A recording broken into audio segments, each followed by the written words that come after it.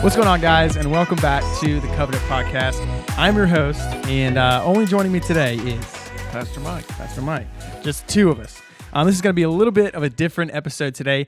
Today is episode 20. So we first started back in March, and somehow you guys have wanted it, and we've got to 20 episodes. And so what we're actually going to do is we're just going to reflect on a little bit past all of these 20 episodes. And why we're doing that is just a little bit of news here. We are going to be taking just a little bit of a hiatus just to get some stuff updated, come up with some more ideas for you guys. So this is technically the season 1 Covenant Podcast finale. And regarding that as well, we need your guys' topics and things that you want us to talk about. So all you have to do is email covenantchurchnc1@gmail.com, and then you just type that in, and in the subject line, put Covenant Podcast and send us your links, topics, or we might watch a YouTube video on here and talk about it. I don't know, either one. So starting off today, Mike. Yes, sir. We've done a lot, and it's usually me and you with guests lately. Right. And so, what are some of your favorite moments that we've had? We've had a lot of fun moments. Yeah, we have. I liked a lot of them, and I had to go back and look like a while ago. Early this morning, at which ones we'd done, and just to kind of figure which one, what were my favorite parts about each one, and then which ones were my favorite ones. I think the last few, and I don't know if it's because we got more used to doing it. Felt like we were maybe figured out what we were doing, but I really enjoyed the broken pipeline one, where we talked about where Bailey came in and Lance, and we talked about, like college kids, how do we support them from the church's standpoint? And those last three, the one where we had Derek and Danae and Jen and Brian in here about addiction, and then the wise reaction to it. Just I don't know, maybe it's just they touched me in a more emotional way, so I thought they were pretty cool. Was there any certain parts out of those that you kind of remember back to? I remember back to just, if you talk about the broken pipeline, we probably have the same favorite podcast, because I do agree. I think that we've just now gotten better at it. We've gotten used to it, and we can kind of just chill a little bit more while we're doing it. And so my favorite part was probably when Bailey was just like, if you are a parent, you're allowed to tell your kid now. Yeah. Because I feel like you don't see that much today. And so that's probably one of my favorite ones. I like that part. I like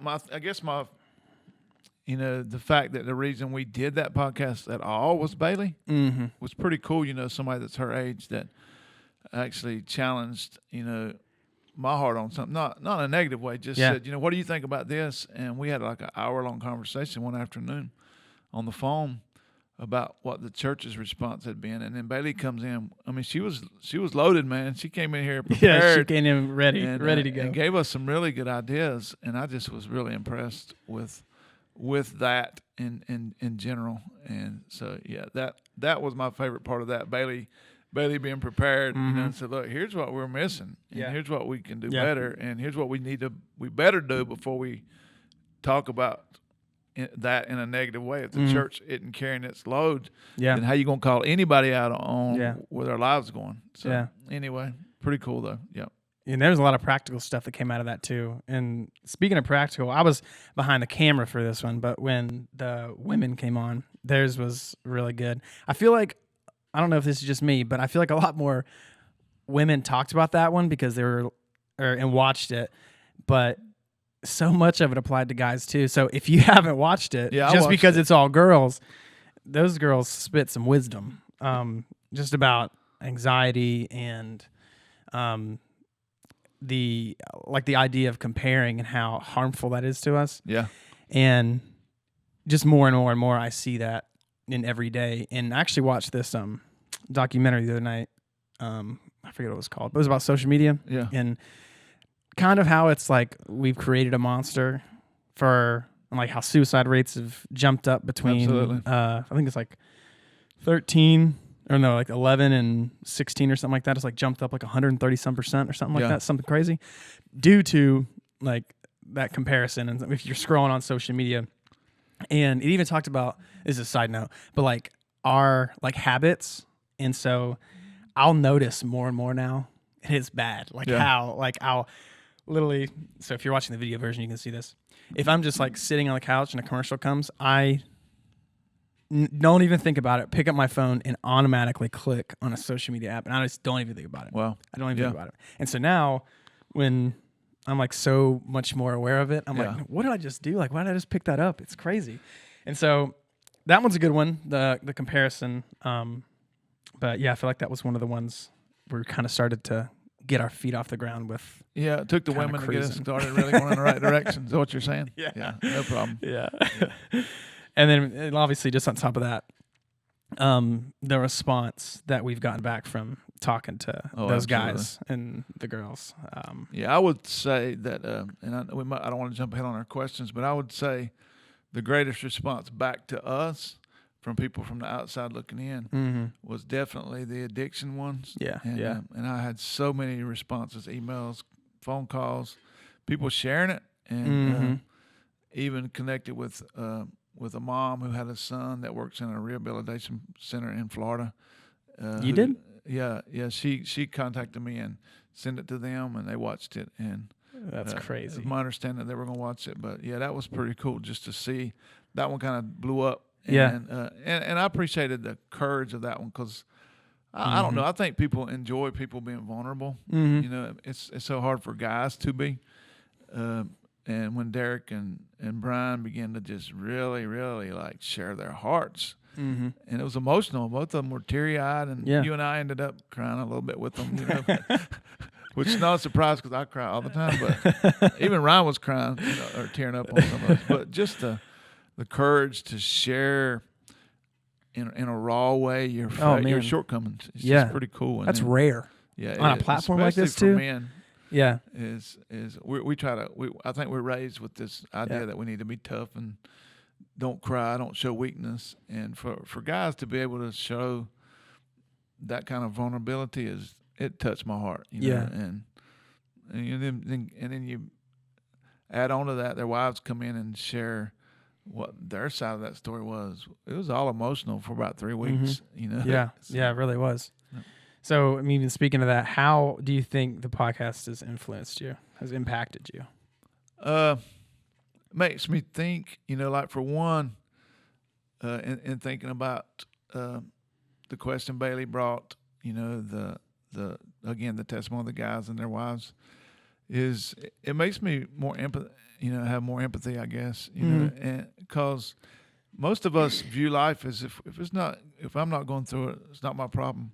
But it's made me pay attention to, and I think I did that a little with counseling over the years. Like I got this saying when I counsel people, you know, everybody's like they are for a reason. Yeah, and it just reminded me that that's true. But it created a deeper empathy in me for people who walk through addiction. You know, they don't want to be there either. You know, it's sick. It's a sickness like every other disease, and you could say, well, it's a sickness that they chose. You know, they you know, most people don't cause themselves or choose, you know, lung cancer or whatever. But even so, when you get to that place of addiction, man, it's like it's a sickness in your mind, you know, and it just made me have more empathy, you know, for people who are going through hard places, and that doesn't just work for drug addicts, just in general, people who we could all be them. Yeah. If it weren't for the grace of God. Yeah, that one impacted me especially, but just because, well, first of all, seeing from where they came and then there's them literally describing it as almost, Brian described it as if you're hungry, he's like, you're going to go eat. Yeah. And I mean, like that kind of desire is crazy. Yeah. And I guess some way it's impacted me. I'm kind of in the same boat. Just of one of the past ones, and then some of even the other ones when it was like me, you, Nathan and Aaron, just seeing all of our different views because typically they were all different. We all 4 people living in a different generation. Like the mask one, like we did, or not. It wasn't called the Mask Podcast, but it was how do we respond to like authority whenever the mask mandate was coming out and stuff like that. But no, I thought that was interesting how pretty much all of us had different. We had views on it, but they were all a little bit different, little bits of. A little skewed from our perspective of our age. Nathan looked at it a different way than I looked at it, and you and Mike, or you and Aaron. And then probably the other one for me, if it impacted me, is probably just the college one, because just kind of it probably hits closest to home for me. Yeah, It's you just just my got out. most recent stage of life. Yeah. Yeah. On top of that, I've been out of college for 2 years and I don't like it. Yeah, you're getting old, man. Yeah. Well, one that personally, that I remember kind of mattering a lot to me was the one we brought Jordan Green over from Pursuit. We talked about the impact of this season of COVID, because he and I as pastors never really had. I mean, how often do you deal with, we're going to shut down church for a couple months, and then when do you bring it back? I enjoyed hearing Jordan's perspective on that, and how it was almost harder to. It's definitely harder to open back up than it was to close, and how you're trying to please everybody. Like you got some people that were ready to come back like the day you left, or didn't. Some people were calling and complaining that we never wanted to close. We canceled anything because they thought it was demonic that we did. But then there's others that still don't think we should be back together, and so it's just that broad spectrum of people's opinions and how you have to lead from a perspective of, I want to hear what the Father's saying to me personally, and not just follow the crowds.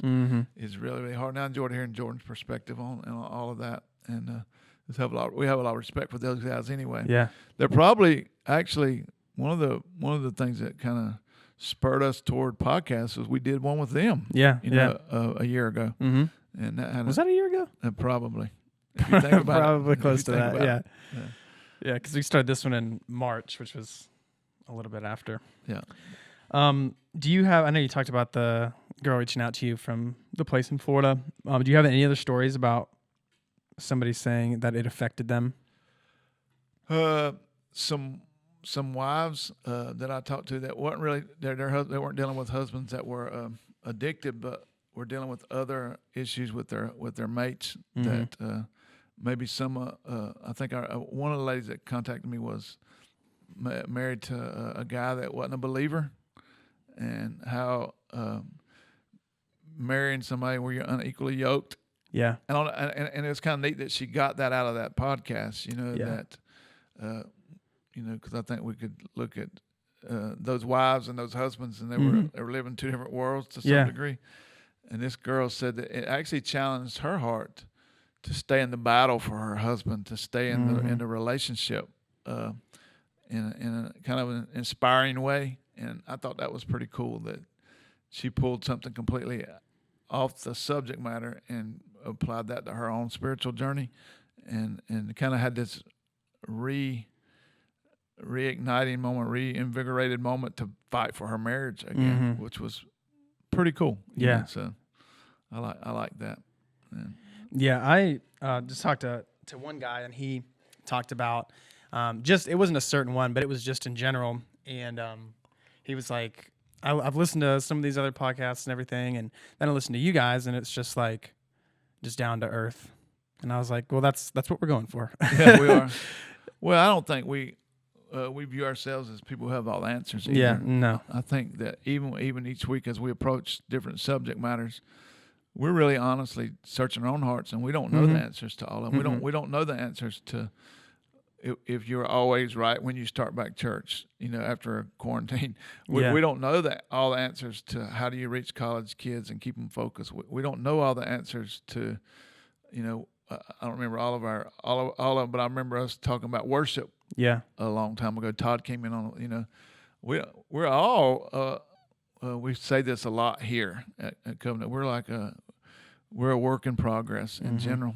And I like the humility of the way we approach it. Yeah. Not as experts on a subject, but to just have a conversation about what we think. And I've learned to grow listening to you guys in the middle of this, listening to Nathan talk about why it mattered, certain things mattered to him, where we did a family discipleship one. Yep. And how the impact that he had watched that have on his family, and the impact on Aaron's family, and different things like that, and how I just keep learning from those guys in general, but I learn from all of you. Every podcast, I learned something from the people who were sitting here with us. Yeah. And I think that's our strength. We don't. Yeah. To cut it off, I don't think we try to pretend like we know everything. Yeah. Because we don't. No, we don't. Not at all. It's farthest from it. We don't. So you probably already know this, but what was your favorite episode, Mike? Well, we've been talking about it. I had my favorite one probably was the addiction one, pipeline one second, and then the one where I had Jordan come in was probably my third favorite, and it probably coincides with how recent they were. Yeah. Like, I remember them better. Yeah, but I just felt more emotionally drawn into those moments, Mm-hmm. and I think when they impact our hearts, the more they impact our hearts, the more we'll remember them. And so those are my favorite ones. Yeah, no, I'm the same way. So if we keep moving on, so if you've stuck with us from the beginning, you can see that we've come a long way with even just the audio or the video or the content that we put out.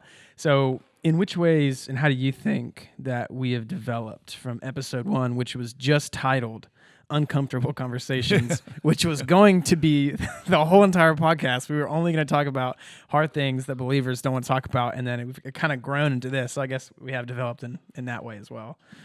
Well, I think for me personally, I was nervous a little bit going into it, and it's new. Yeah, it was new, and you had a little experience, with it. But so for me personally, what I found to be different is now it's just more comfortable because I don't feel like we said already that we feel like we have to have all the right answers. Yeah. That sometimes we can just throw out questions, and it's all right to say I don't know.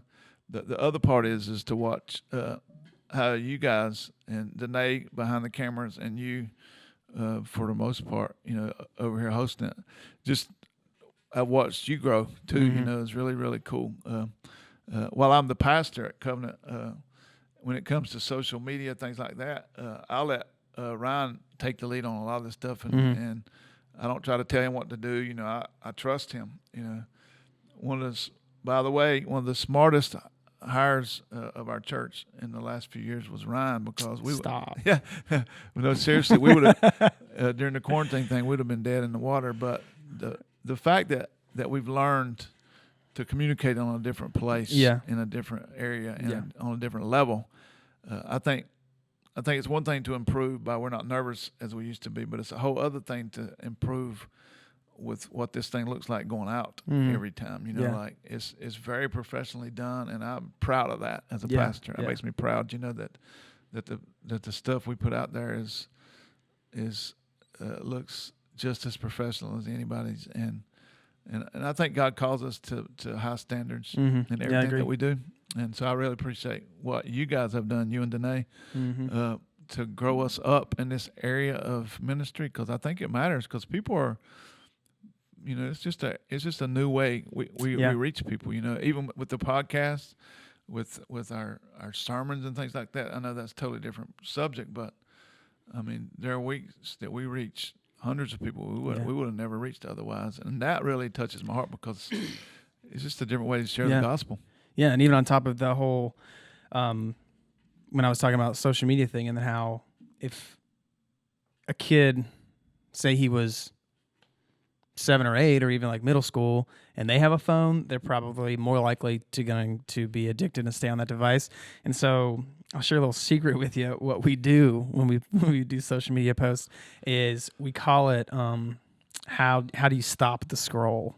And so while you're scrolling through, while you're followed by or following thousands of other accounts and everything, we're hoping you stop on ours. That's what's called stop the scroll. And so I think that's why it is also really important, and that's why I kind of love what I do, and that I get to create content that glorifies Jesus. And if we put out something and it has 5,000 views, but one person it really impacts, then that's enough. Amen. That's enough. That's the point. Yep. So to round that all up, this is a little bit shorter one than we usually are. If you could say anything to the people watching who have stuck with us through this experience, what would you say to them? I wrote down, Ryan sent me these questions this morning, and I was thinking, number one, just thanking everybody for their patience while we were working through the bugs, getting used to it, figuring out how to do it and getting used to it more. And I had to learn how to do it. I had to go to Ryan a lot and ask him, what do you think here? What do you think there? Danae, whoever, and just get their opinion. But I appreciate the patience of people. And the other thing is, I think relationship is important. And if the only part of the relationship is that you receive from us going that way, that's not relationship. That's just listening to teaching. But for us to hear back from you is really important. Yeah. And for even some subject matter moving forward, I want to talk about what they want to talk about. Yeah, same. And if we don't know all the answers, that's fine. We're fine with not knowing all the answers, but I like to have conversations about stuff that people are dealing with in 2020 in America and the church specifically. And you don't even have to send the email. Just text me or contact the church office. Yeah, whatever. Text Mike. I don't know. I just volunteered him for that. Yeah, that's fine. Text Mike. Come see us on Sunday morning or something. We'll give you Ryan's number and Danae's number. But yeah, no, I totally agree. Just saying thank you because this was a learning experience for me as well.